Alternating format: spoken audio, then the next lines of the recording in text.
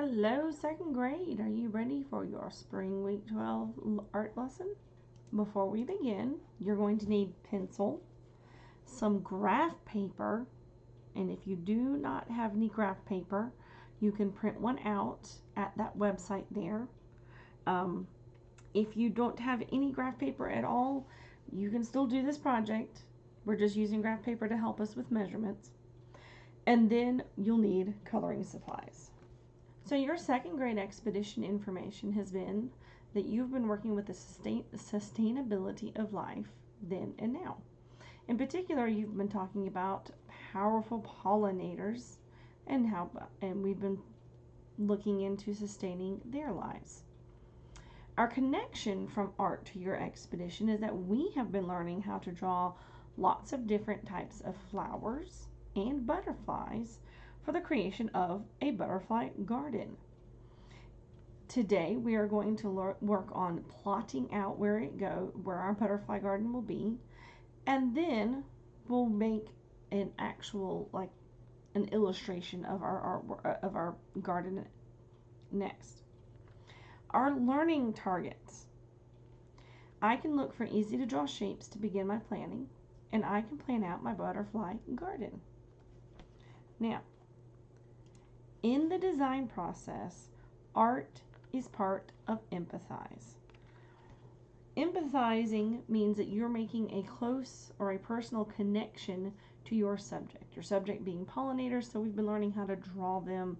We've been learning how to draw the things that interests them and things that might appeal to them. So we've been making our personal connection, and now you get to design your own kind of garden. So there's a couple of flowers that we've been looking at, and we've learned about how to draw. We started off with the sunflower, and we worked with the lantana and the aster and the milkweed. So these are all types of flowers that you are familiar with from art. Now I would like to point out that if you know other plants that go with a pollinator garden, by all means, please add them with yours. You can create something different. You can use other plants as well. I would love to see at least one of our plants, one of our flowers in your garden. But if you know other stuff, if you've learned other things from your classes, go ahead and use them. So let's look at what we're going to use to plan our garden. So this is graph paper. Graph paper is made up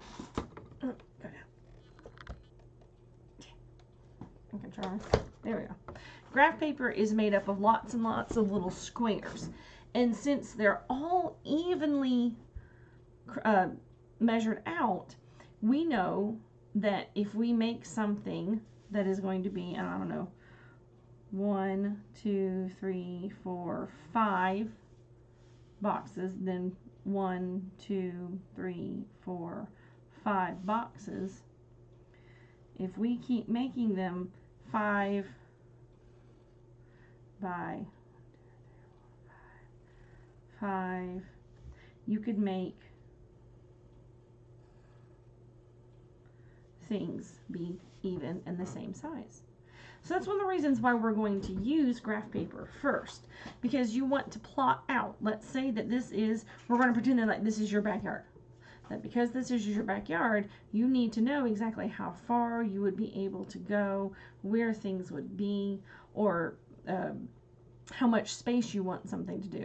So I've already started drawing these squares. I'm going to make them part of my example. So I'm going to say that these squares are going to have, I'm going to say that these are going to be some sunflowers. So inside of this, I'm going to draw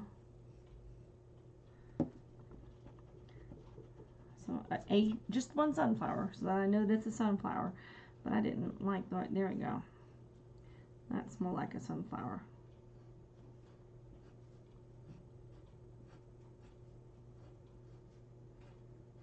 And I would need to go remind myself, what would I do? What colors would that sunflower be? So that's fine. I'm going to say that these are going to be boxes of sunflowers, so I'm going to go ahead and add like something around them to make it look like it's a box. So I'm going to say that there's a box over here that has three big sunflowers in it.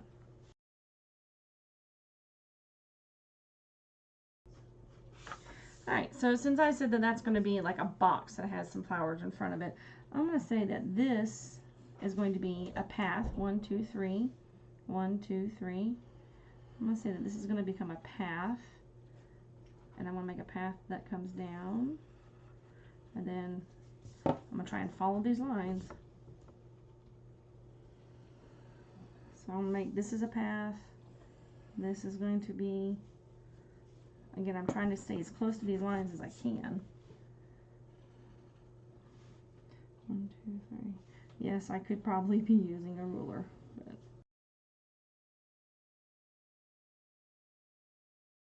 this is just me coming up with something. I'm going to make this into like a cul-de-sac.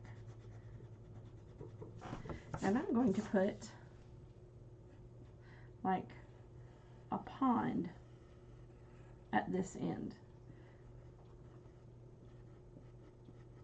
So this is just me. I'm just coming up with some ideas. I'm coming up with crazy things.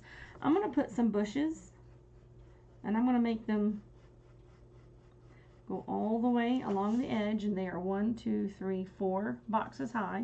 So over here I need a 1, 2, 3, 4, which means, uh-oh, it's actually going to run into the side of my, but that's okay because I made it work. So I'm coming down. So now I have some bushes that are going up around this side. I've got my boxes with sunflowers in them. I'm going to put some aster flowers bushes down here, and I'm going to remind myself that these are aster flowers. These are smaller, remember? They're smaller than the sunflowers. And I'm just going to draw a few.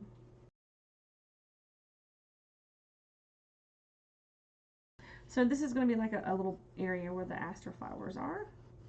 Now I've got some other areas that I could fill up. I'm going to put, you know what? I think I'm going to make a great big lantana bush out here. So I'm going to first draw that there's like a big bush that's covering that area. And then how did we draw our lantana flowers? Does anybody remember? There's lots of little areas, but you don't have to draw the tiny little piece. You don't have to draw all of them. Lantana flowers were very close together. Kind of a, like, remember they were the circles, the 4 circles put together. So I'm going to make my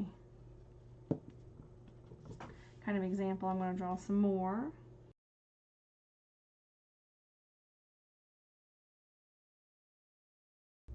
Now I've got some other places that I can put things.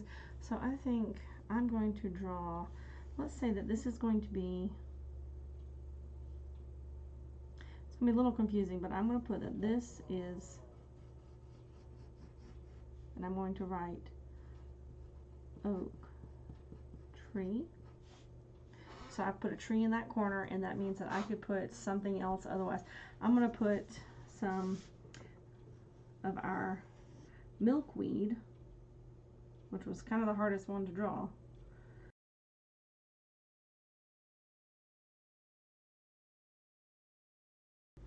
And this is the beginning of mine. So I need to talk about some colors. When I am coloring things, I'm going to come up with what kinds of colors I want to use. So I'm going to say that my lantana flowers, maybe they're going to be pink.